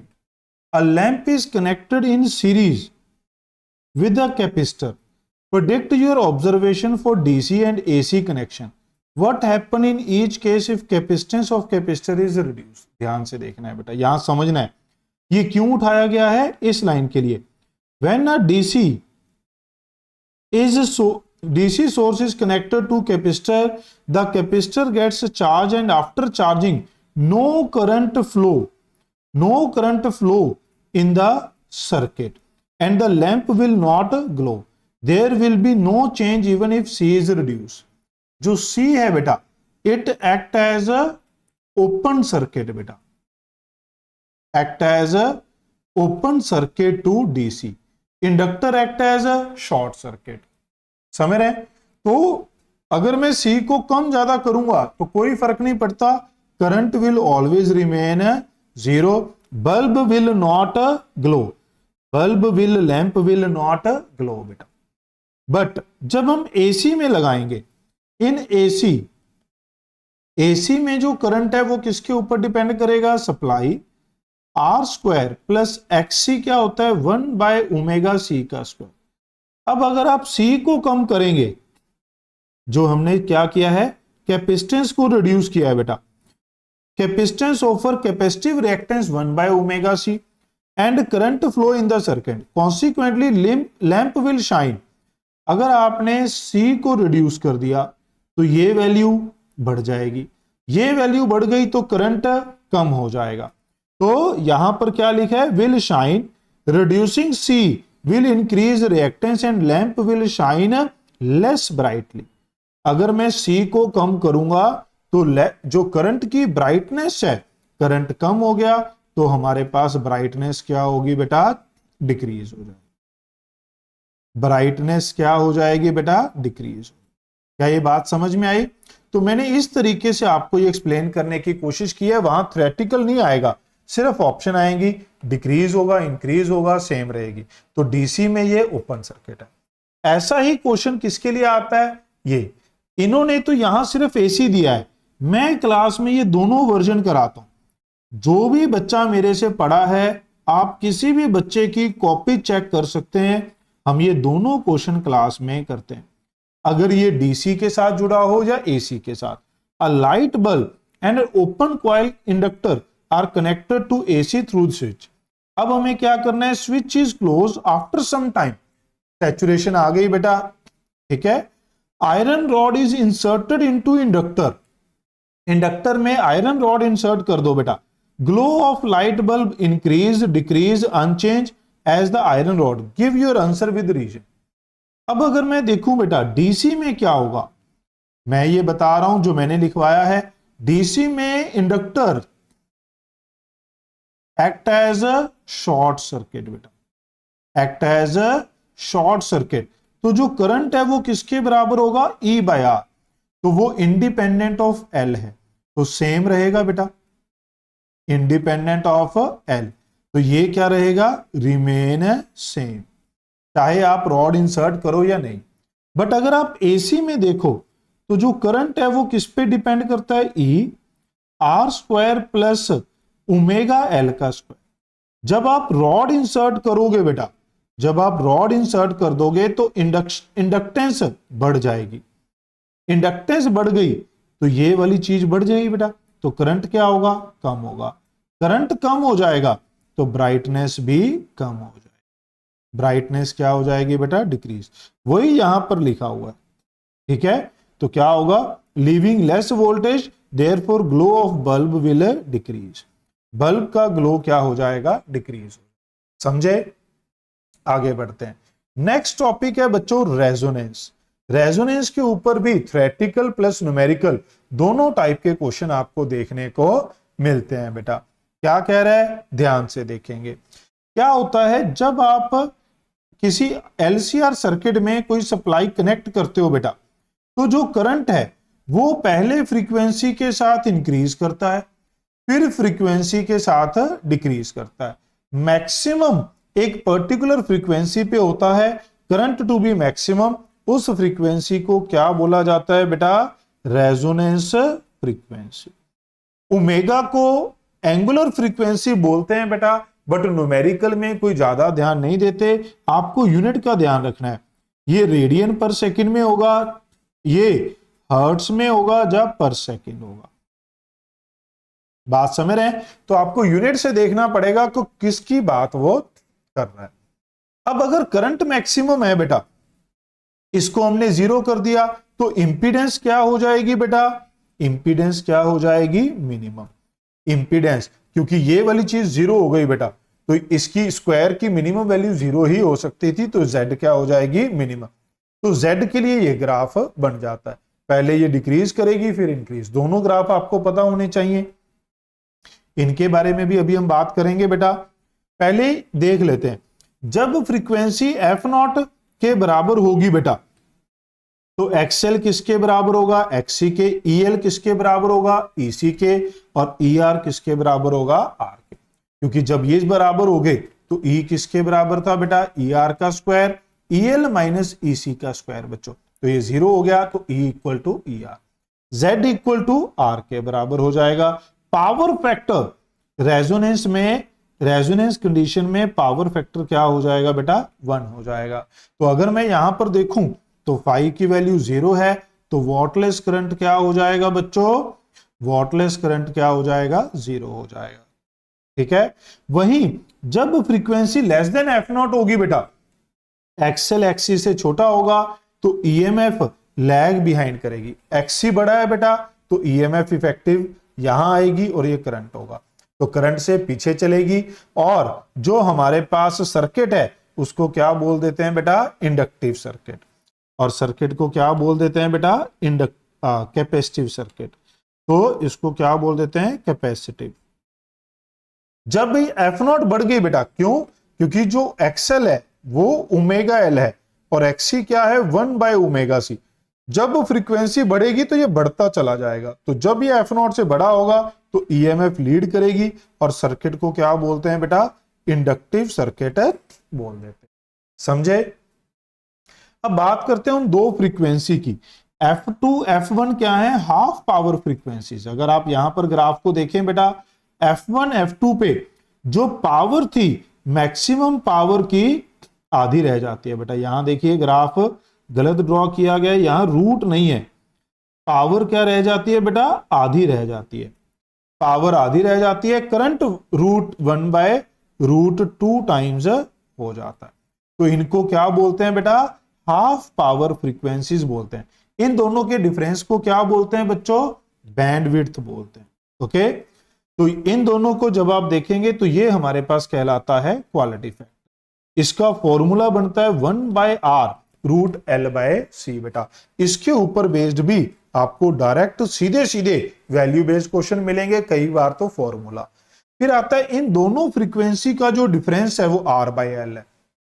ठीक है, मैं फिर कह रहा हूं, हम ओमेगा लिख रहे हैं बेटा, अगर आपको f लिखना है तो 2πf2 2πf1 लिख सकते हैं। जो ये एंगुलर फ्रीक्वेंसी है, रेजोनेंस फ्रीक्वेंसी, वो इन साइड फ्रीक्वेंसी का, यहां पर आप ω1 लिख सकते हैं बेटा, यहां ω0, यहां ω2 लिख सकते हैं, यहां ओमेगा का ग्राफ भी बनाया जा सकता है। ओके, तो वो इन दोनों का मीन होगा। और अगर हमें ω1 लिखना है तो Δω/2 और ω2 लिखना है तो Δω/2 का सम कर देंगे। Δω क्या है, ये वाला, इसको डिफरेंस को क्या बोलते हैं, डेल्टा ओमेगा। इसके ऊपर बेस्ड भी एक बार नीट में क्वेश्चन पूछा जा चुका है। हाफ पावर फ्रीक्वेंसी पे मैंने फिर मेंशन किया है बेटा, करंट I बाय रूट 2 हो जाएगा तो Z रूट 2R हो जाएगा, तो पावर आधी हो गई, पावर फैक्टर 1 बाय रूट 2 हो जाएगा। पावर फैक्टर कितना होगा बेटा, 1 बाय रूट 2। कई बार बच्चा कहता है हाफ पावर फ्रीक्वेंसी से पावर आधी हो गई तो पावर फैक्टर भी हाफ होता होगा, पावर फैक्टर 1 बाय रूट 2 होता है। रेजोनेंस पे बेटा EL/EC के बराबर होता है, और ये कितने टाइम्स होता है बेटा, Q टाइम्स E। E क्या है यहां, सप्लाई, और ये क्या है, क्वालिटी फैक्टर। ये क्या है बेटा, क्वालिटी फैक्टर। समझे, ER किसके बराबर होता है, E के बराबर। तो यहां पर आप E की जगह ER भी लिख सकते हैं। Higher value of Q represent more sharp curve and higher quality of signal, क्योंकि ये सिग्नल में ज्यादातर यूज किया जाता है बेटा क्वालिटी का, रेजोनेंस का, तो हाई क्वालिटी सिग्नल के लिए हाई Q होना चाहिए। स्किन इफेक्ट क्या होता है बेटा, इन AC ट्रांसमिशन मल्टीपल, इसमें क्या होता है, जब AC करंट पास करता है वायर में से बेटा, तो उसकी जो डेंसिटी है वो नियर द सरफेस ज्यादा होती है, तो इससे हमारे पास इफेक्टिव एरिया कम हो जाता है, तो इफेक्टिव रेजिस्टेंस बढ़ जाती है। उसलिए उस केस में हम लोग क्या यूज करते हैं बेटा, जो एक सिंगल थिक वायर बनाई जाती है वो बहुत सारी थिन वायर को यूज करके बनाई जाती है। आप कोई भी एक ट्रांसमिशन केबल देखेंगे जो घरों के बाहर एक पोल से दूसरे पोल जा रही है बेटा, जो उसमें वायर जुड़ी होती है, मोटी सी वायर बेटा, वो एक सिंगल वायर नहीं होती, मल्टीपल वायर का कॉम्बिनेशन होता है, उसको बोलते हैं मल्टीपल स्ट्रैंड वायर। तो AC ट्रांसमिशन के लिए आप मल्टीपल स्ट्रैंड वायर यूज करते हैं, DC ट्रांसमिशन के लिए बोथ सिंगल स्ट्रैंड और multiple strand wire can be used. DC के लिए सिंगल भी यूज कर सकते हैं, मल्टीपल भी, कोई चक्कर नहीं है। अब देखें बेटा इसके ऊपर बेस्ड क्वेश्चंस, बच्चों क्या कह रहा है, ध्यान से देखेंगे। When a frequency of AC source is LCR circuit increase, the current in the circuit first increase attain maximum then decrease। यही रेजोनेंस के बारे में बात कर रहा है बेटा, इसी के बारे में बात कर रहा है, करंट फ्रीक्वेंसी, ये करेक्ट हो गया। LCR circuit, the value of power factor at resonance is 1, दोनों हमारे पास करेक्ट हैं बेटा, ओके। फिर अगर आप देखें LCR series circuit is connected to alternating source, current amplitude at resonant frequency is I0। Resonant frequency पे करंट क्या होगा बेटा, E0 बाय R होगा, क्योंकि रेजोनेंट पे Z क्या होता है, R। If the value of resistance R becomes twice, देखिए बेटा ये क्वेश्चन भी 2025 में भी है, शायद 24 और 23 में भी है। एक बार रेजिस्टेंस हाफ की गई थी, यहां पर रेजिस्टेंस को डबल कर दिया। अगर आप इसको डबल कर दोगे तो करंट कितना हो जाएगा बेटा, आधा हो जाएगा। तो करंट कितना हो जाएगा बेटा, आधा। एक बार रेजिस्टेंस को हाफ किया था तो डबल, 1/3 कर देंगे तो 3 टाइम्स, 3 टाइम्स कर देंगे तो 1/3 आ जाएगा, ठीक है। इंडक्टर बेटा, inductor of 0.5 milli henry capacitor this resistance this are connected in series, if the current is in phase with EMF, current अगर सेम फेज में है, ऐसा कब हो सकता है बेटा, जब XL XC के बराबर हो, ऐसा तभी हो सकता है। ये कौन सी कंडीशन होती है बेटा, रेजोनेंस, जब तीनों लगे हैं LCR और करंट सेम फेज में है, तो ये रेजोनेंस यानी कि XL equal to XC। Amplitude of the current क्या होगा, एम्पलीट्यूड ऑफ करंट बेटा, तो करंट होगा बेटा E by Z which is E by R। अब ये क्या है, RMS वैल्यू है बेटा, R कितना है 20, तो ये 11 ओम कौन सी वैल्यू है, RMS। अब मुझे अगर पीक वैल्यू चाहिए तो वो क्या होगी, RMS इंटू √2, तो 11√2। अब बच्चा सोचता है यार ऐसा क्या ऑप्शन होगा, इसको अंदर ले जाओ बेटा, 121 इंटू 2, ये आ जाएगा 242 बेटा। तो इसका आंसर क्या था बच्चों, 242 था। इसका आंसर क्या था, 242। यहां ध्यान देना है बेटा, कभी कभार बच्चे यही फंस जाते हैं, इस वैल्यू से सोचते हैं यार फ्रीक्वेंसी तो दी नहीं, यहां फ्रीक्वेंसी तो दी नहीं, तो XL XC कैसे निकालेंगे, इनकम्प्लीट क्वेश्चन है, छोड़ दो, ऐसा नहीं है, ओके। ये देखिए बेटा थ्योरेटिकल क्वेश्चन 2024 जेई मेन 2024 का बेटा। प्योर कैपेसिटिव सर्किट में ईएमएफ लैग करती है, यही आ गया बेटा, लैग कर रही है। प्योर इंडक्टिव में ईएमएफ लीड करती है बेटा, फोर्थ आ गया बच्चों, यहां पर ईएमएफ लीड कर रही है। एलसीआर रेजोनेंस में पाई क्या होगा, 0 होगा, सेकंड ऑप्शन बन गई बेटा, यहां सेम फेज है।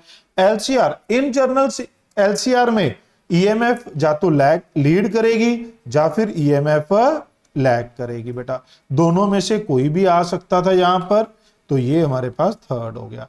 तो 1 4 second, 1 4 second third, 1 4 second third, first option ही यहां पर बन जाएगी। आगे बढ़ते हैं बेटा। In a series LCR circuit resistor, capacitor, inductor are used for maximum current in the circuit, angular frequency. Maximum current कहां होगा बेटा, रेजोनेंस पे। तो जो फ्रीक्वेंसी है रेडियन पर सेकंड है, तो ओमेगा नॉट चाहिए, क्या होता है बेटा 1/√LC। एल कितना है बच्चों, 100 मिली हेनरी। सी कितना है बच्चों, सी है 25 नैनोफैरेड बेटा। तो अगर आप ध्यान से देखें तो 100 का 10 बाहर आ गया, 25 का 5, ये पावर -12 थी तो -6, तो ये ऊपर चला गया 6/50। तो अगर आप देखें तो 100 इंटू 10⁴/50, 2 इंटू 10⁴, तो यहां कितना आ जाएगा बेटा 2। क्या ये दिख रहा है सबको? नेक्स्ट क्वेश्चन देखिए बेटा, ये भी एक बढ़िया बेहतरीन क्वेश्चन है बेटा। In LCR series circuit capacitor is changed to 4C, C to 4C to keep the resonance frequency unchange. Resonance frequency बेटा 2π√LC। अगर हमें इसे अनचेंज रखना है तो भाई अगर C 4C हो गया तो इंडक्टर को क्या करना पड़ेगा बेटा, L/4, तभी इन दोनों का प्रोडक्ट क्या रह सकता है, सेम। तो फाइनल इंडक्टेंस क्या आ गई, L/4। बच्चा फटाफट आंसर मार्क कर देगा, बट यहां बाय है, ये चेंज टू है, इंडक्टेंस चेंज्ड या रिड्यूस्ड टू L/4। बट अगर पूछा है बाय, रिड्यूस्ड बाय, इसका मतलब है चेंज पूछा है, तो वो चेंज कितना आएगा, L माइनस L/4 यानी कि 3L/4। तो आंसर क्या आएगा बेटा, third option will be the right answer. ये स्टार पता चला क्यों लगाया, वो इसी चक्कर में लगाया, बच्चे इसको सही सॉल्व करके भी गलत मार्क कर देते हैं। बच्चा सोच रहा होगा यार ये इतना छोटे क्वेश्चन पे सर ने स्टार क्यों लगाया, इस वजह से लगाया बेटा क्योंकि जेईई मेन के डायरेक्ट क्वेश्चन उठ के आते हैं और बच्चे ऐसी ऐसी गलतियां करते हैं। आगे बढ़ते हैं बेटा। इन the circuit shown the ratio of quality factor and bandwidth. मैंने क्वालिटी फैक्टर का क्वेश्चन अलग से नहीं रखा बेटा, क्योंकि यहां पर इस फॉर्मूला में ये यूज हो रहा है। तो अगर ये डायरेक्ट अकेला क्वालिटी फैक्टर पूछा गया तब भी आप कर सकते हैं। बैंडविड्थ का क्वेश्चन बहुत कम है बेटा, इसलिए ये रखें। बच्चों को याद ही नहीं आता बैंडविड्थ क्या होता है। भाई बैंडविड्थ होता है ω2 माइनस ω1, और ये किसके बराबर था, R/L के बराबर था। किसके बराबर था बेटा, R/L। अब इन दोनों की रेशो पूछ ली।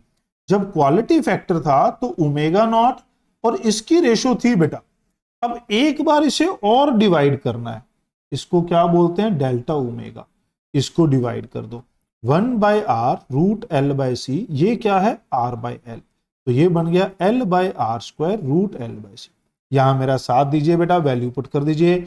L की वैल्यू कितनी है, 3, R की वैल्यू 10 का स्क्वायर 100, L की वैल्यू 3, C की वैल्यू 27 माइक्रोफैरेड।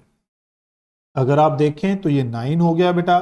तो क्या बाहर आ गया, यहां पर 9 का 3 पावर -3, ये कट गया, -3 ऊपर चला गया बेटा, 1000/100, ये ऊपर जाके क्या हो जाएगा, प्लस। तो ये कितना बच गया बेटा, 10। तो यहां आंसर क्या आ जाएगा, 10 समझे। यूनिट देखने वाली बात है। इसकी क्वालिटी फैक्टर की कोई यूनिट नहीं होती बेटा, इसकी क्या होती है, नो यूनिट, इसकी कोई यूनिट नहीं होती। तो यहां पर नीचे ओमेगा है, ये पर सेकंड होता है, इसलिए यहां क्या बच गया, सेकंड। इसकी यूनिट क्या होती है बेटा, रेडियन पर सेकंड। ओके ओके, आगे बढ़ते हैं। नेक्स्ट क्वेश्चन बच्चों, अब ये देखिए एनसीईआरटी की एग्जांपल है। At an airport a person is made to walk through in doorway of metal detector for security reason. If he is carrying anything made up of metal detector emit a sound. On what principle does this detector detect? बेटा अब देखो ये NCERT की example है और ये direct JEE main 2022 में पूछी गई थी। When you walk through a metal detector carrying a metal object in your pocket, it raise alarm. This phenomena work on किस प्रिंसिपल पे? The metal detector work on the principle of resonance in AC circuit. When you walk through a metal detector, you are in fact walking through a coil of many turn. Coil is connected to a capacitor turned to the circuit in resonance. When you walk through a metal in your pocket, the impedance of the circuit changes, resulting in significant change in current. Change in current is detected and electronic circuit cause the sound to be emitted. समझ रहे हैं बेटा? तो ये किसके ऊपर काम करेगी? रेजोनेंस इन सर्किट के ऊपर काम करेगी। इस बात का ध्यान रखना है। इसी वजह से हम इस मोस्ट एक्सपेक्टेड क्वेश्चन में NCERT, JEE Main and NEET cover कर रहे हैं, सो दैट बच्चों को ये पता चल सके और बच्चों का टाइम बच सके, सारी इंपॉर्टेंट बातें भी पता चल जाए और टाइम भी बच जाए बेटा। Okay, last topic of this video is transformer. मैं उम्मीद करता हूं बेटा आपने वीडियो को लाइक कर दिया होगा और कमेंट करेंगे तो हमें और भी अच्छा लगेगा, और अगर आप हाइप कर देंगे तो फिर बात ही क्या है बेटा। प्लीज बच्चों सपोर्ट करिए, आपकी सपोर्ट की बहुत जरूरत है। बहुत सारे ऐसे बच्चे हैं जो फिजिक्स में स्ट्रगल कर रहे हैं, जिनको समझ नहीं आ रहा मैं कहां से पढ़ूं। हर कोई मैंने देखा है यूट्यूब पे, पहले मैं नहीं देखता था, कोई कुछ कह रहा है कोई कुछ कह रहा है। नहीं बेटा, quality theory, NCERT, NEET, JEE Main, PYQ, जो क्रिटिकल क्वेश्चन है वो सारे यहां पर बताए जा रहे हैं, जो आपको इन लास्ट 15-20 डेज में तो एटलीस्ट रिवाइज करने ही चाहिए। क्लियर है बेटा? तो मैक्सिमम दोस्तों के साथ शेयर करिए। अगर आप इसका और ज्यादा बेनिफिट उठाना चाहते हैं तो पीडीएफ डाउनलोड करके इन सभी क्वेश्चन को फिर से खुद से जरूर सॉल्व करके देखिएगा। दो तरीके की पीडीएफ मैं आपको दे रहा हूं, एक जिसमें सिर्फ क्वेश्चन है, सॉल्यूशन नहीं है, सो दैट आप प्रैक्टिस कर पाओ। थ्योरी तो है, सॉल्यूशन नहीं है। एक जिसमें सॉल्यूशन है, अगर अटके तो आप फिर से पीडीएफ देख लो। बार बार पूरी वीडियो का लालच नहीं है मुझे, इसका वॉच टाइम आप बढ़े ना बढ़े कोई बात नहीं, आपकी सिलेक्शन होनी चाहिए। और देखो मैं कोई प्रॉमिस नहीं कर रहा, मैं कोई गारंटी नहीं दे रहा बाकियों की तरह। 2025 में भी बहुत सारे लोगों ने गारंटी दी थी कि मैं सिर मुंडवा दूंगा, मैं टीचिंग छोड़ दूंगा अगर सारा पेपर इसमें से नहीं आया। ऐसी गारंटी बहुत सारे लोगों ने दी थी, मैं ऐसी कोई गारंटी नहीं दे रहा बेटा। मैं अपने एक्सपीरियंस के हिसाब से जेईई मेन, नीट, पीवाईक्यू को स्टडी करके, थॉरोली स्टडी करके एक एक्सपेक्टेड क्वेश्चन लेकर आ रहा हूं कि अगर नीट का एक बैलेंस्ड ठीक पेपर रहा, जैसा भी पेपर रहा, आपके इन मोस्ट एक्सपेक्टेड क्वेश्चन में से 30-35 क्वेश्चन आने की संभावना है। दो अनएक्सपेक्टेड पेपर रहा तो 20-25 क्वेश्चन आ जाएंगे, एक स्टैंडर्ड पेपर रहा तो 30-35 आ जाएंगे, और भगवान ने कृपा करी उस दिन चीजें चल गई तो हो सकता है सारा ही पेपर यहां से मिल जाए, क्योंकि मैं हमेशा ये बिलीव करता हूं आने तो 45 क्वेश्चन है, कहीं से भी आ सकते हैं। 2016 में भी एक बार हुआ था, मैंने लास्ट की टेस्ट सीरीज लगाई थी, जेईई मेन के सारे क्वेश्चन उसी टेस्ट सीरीज में से आ गए थे। ठीक है, बट मैं फिर कोई गारंटी नहीं ले रहा हूं बेटा। फिर आप कल कहें सर आपने गारंटी ली थी, आपका मन कर रहा है कहीं और से पढ़ने का, आप पढ़ सकते हैं। मैं आपको क्वालिटी क्वेश्चन दे रहा हूं, theory, NCERT, neat and JEE Main, PYQ. मेरा विश्वास यह है, मेरा 15-16 साल का एक्सपीरियंस हो गया टीचिंग का, कि इनमें से 20 क्वेश्चन मिनिमम, 30-35 क्वेश्चन एक मॉडरेट और स्टैंडर्ड पेपर में आपको मिलने चाहिए। वो तो नीट आएगा अगले दिन आपको मैं बता पाऊंगा कि इस सीरीज में से कितने क्वेश्चन आपको मिले, जब आप खुद ही बता देंगे उस दिन कि सर मजा आ गया, इस वीडियो में से इतने, इस वीडियो में से इतने क्वेश्चन आ गए। तो कमेंट करके उस दिन जरूर बताइएगा हमारे टेलीग्राम चैनल पे। और जैसे आज वीडियो थोड़ी लेट हो रही है, ये इंफॉर्मेशन भी मैंने टेलीग्राम चैनल पे पोस्ट कर दी है बेटा। अगर आप जुड़े रहेंगे तो आपको टाइम टू टाइम खबर मिलती रहेगी। फटाफट से खत्म करते हैं, थोड़ी सी 10-15 मिनट की और बची है। ट्रांसफॉर्मर प्रिंसिपल होता है म्यूचुअल इंडक्टेंस बेटा। E in divide by in out, in किस पे होती है बेटा? Primary. P stand for primary winding बेटा। S stand for secondary winding. Primary and secondary winding, primary पे इन होता है और सेकेंडरी पे आउट होता है। ये किसके बराबर होती है बेटा रेशो? ये एनपी बाय एनएस होती है, चाहे जैसा भी ट्रांसफार्मर हो। स्टेप अप में नंबर ऑफ टर्न सेकेंडरी यानी कि आउटपुट साइड ज्यादा होती है, आउटपुट ज्यादा होगी तो स्टेप अप है बेटा। आउटपुट कम हो जाएगी तो हमारे पास स्टेप डाउन है बेटा। अब अगर हमारे पास ईएमएफ कम होती है बेटा तो हमारा जो करंट है वो बढ़ जाता है। यहां पर गलत है बेटा, अगर यहां पर ईएमएफ कम होगी तो हमारे पास करंट बढ़ जाता है। वही मैं यहां पर बताने वाला हूं। देखिए, in ideal transformer, ideal transformer में P in equal to P out, ES equal to EP. तो ईएस जो करंट है बेटा ये इनवर्सली प्रोपोर्शनल है। Current is proportional to, inversely proportional to EMF, inversely proportional to number of turn. अगर number of turn कम होंगी, EMF कम होगी तो करंट बढ़ जाएगा। यहां पर अगर आप देखेंगे तो यहां पर करंट कम हो जाएगा। क्लियर है? यह बात समझ में आई? तो इस चीज को आपको समझना है। नॉन आइडियल ट्रांसफार्मर होगा, नॉन आइडियल, तो पावर हमारे पास क्या होगी बेटा? कम होगी। तो उस केस में अगर मुझे ई करंट निकालना है तो मैं कैसे निकालूंगा बेटा? Output power by input power. ये मेरे पास क्या है बच्चों? Output by input power. Output secondary पे, इनपुट प्राइमरी। ये बात याद रखनी है बेटा। Transformer work on AC supply.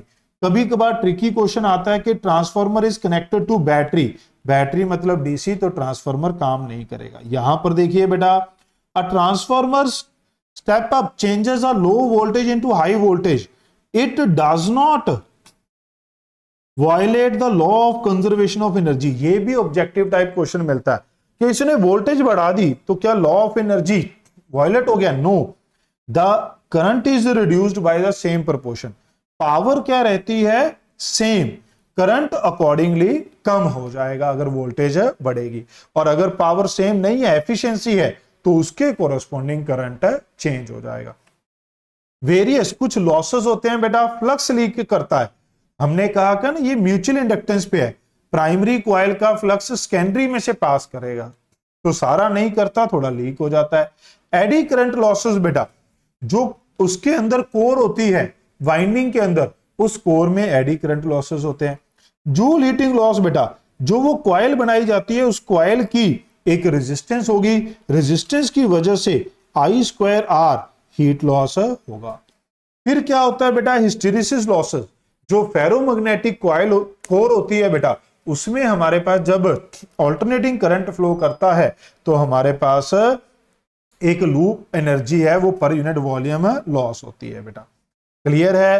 Question देखते हैं इसके ऊपर बेस्ड बेटा। देखिए, एसी जनरेटर, एसी जनरेटर किसके ऊपर काम करता है बेटा? इलेक्ट्रोमैग्नेटिक इंडक्शन के ऊपर, क्योंकि ये मैकेनिकल एनर्जी को इलेक्ट्रिकल में कन्वर्ट करता है। ट्रांसफार्मर किसके ऊपर काम करता है? म्यूचुअल इंडक्टेंस के ऊपर बेटा। रेजोनेंस फिनोमिना होने के लिए दोनों एल और सी प्रेजेंस होने चाहिए। शार्पनेस ऑफ कर्व किस पे डिपेंड करती है? क्वालिटी फैक्टर पे बेटा। तो क्या आ जाएगा? 2413, 2413 D, third option will be the right answer बेटा। ट्रांसफार्मर में देखिए बेटा, primary side transformer is connected to EP. Primary side पे इनपुट होती है बेटा 230 वोल्ट, एसी है बेटा। Turn ratio to primary to secondary 10:1 है बेटा। Load resistance is connected to secondary, कितनी है बेटा? 46। पावर कंज्यूम्ड इन इट, तो बेटा पहले सेकेंडरी में करंट निकाल लेंगे, सॉरी ईएमएफ निकाल लेंगे, ईपी बाय ईएस किसके बराबर आ गया बेटा, एनपी बाय एनएस। ये 230 है, ये हमें निकालना है, ये 10:1 है, तो ईएस कितना आ गया 23। अब ईएस कितना आ गया बेटा 23, तो पावर क्या आएगी ईएस का स्क्वायर बाय आरएस, तो ये आ गया 23 का स्क्वायर बाय 46 बेटा, 11.5, तो कितना आ जाएगा बेटा 11.5। फिर नेक्स्ट क्वेश्चन भी हमारे पास इसी का ही है, ट्रांसफॉर्मर का बेटा। बस एक दो क्वेश्चन और बचे हैं बच्चों, मैं उम्मीद करता हूं आपने वीडियो को लाइक कर दिया होगा। Primary coil of transformer is connected to EP is 220 volt. Primary and secondary turn ratio NP to NS 100 by 10 बेटा, तो 10 आ गई। Primary and secondary turn of transformer are, secondary coil of transformer is connected to 2 series। ये देखिए बढ़िया question है, ऐसा question NEET में पहले नहीं आया। 2 रजिस्टर के साथ जोड़ दिया, आउटपुट वोल्टेज बतानी है, तो ये आउटपुट वोल्टेज बेटा किसके अलोंग होती है 7 वोल्ट के। तो पहले हम क्या निकालेंगे ईएस निकालेंगे, EP by ES, NP by NS. ये 220 है, ये ईएस है, ये कितना है 10, तो ईएस कितना आ गया बेटा 22 वोल्ट। अब अगर ये 22 आ गया तो यहां करंट कितना जाएगा बेटा, करंट जाएगा ईएस बाय आर इक्वलेंट, कितना है 22 बाय 15 प्लस 7 किलो ओम है बेटा, तो ये 1 मिली एम्पियर हो गया, क्योंकि ये 22 हो गया, 22 से 22 कट गया, 1 बच गया, किलो था तो मिली आ गया बेटा। तो इसके क्रॉस वोल्टेज कितनी होगी, वो होगी आईएस इंटू ये लोड रेजिस्टेंस कितनी है 7 किलो, तो ये कितना आ गया 1 मिली और ये कितना आ गया 7 किलो, तो ये कितना आ जाएगा बेटा 7। क्या ये बात समझ में आई बेटा, ठीक है।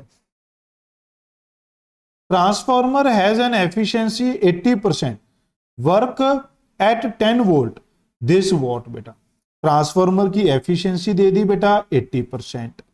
अब ये हमारे पास क्या होती है बेटा एफिशिएंसी, अगर आप देखो तो power output divide by power input. कहते हैं work at 10 volt 4 kilo watt बेटा, सेकेंडरी वोल्टेज दे रखी है, तो यहां पर ये क्या आ गया ईएस आईएस, इनपुट वोल्टेज कितनी है 4 किलो वॉट बेटा, the current in the secondary बेटा, तो सिंपल 80 बाय 100, ईएस कितना है 240, आईएस निकालना है, पावर इनपुट कितनी है इसकी तो जरूरत ही नहीं पड़ी बेटा 4 into 1000। अगर आप मेरा साथ दें, ये 0 कट गया बेटा, 1 0 ये कट गया, 1 ये कट गया, 4 से 6 बेटा, तो यहां 8 बचा, ये 10 आ जाएगा और ये 6 नीचे आ जाएगा बेटा, तो ये 4 ये 3 बेटा, 40 बाय 3 13.33, ये क्या आ गया बेटा करंट आ गया, तो कितना बन जाएगा सही।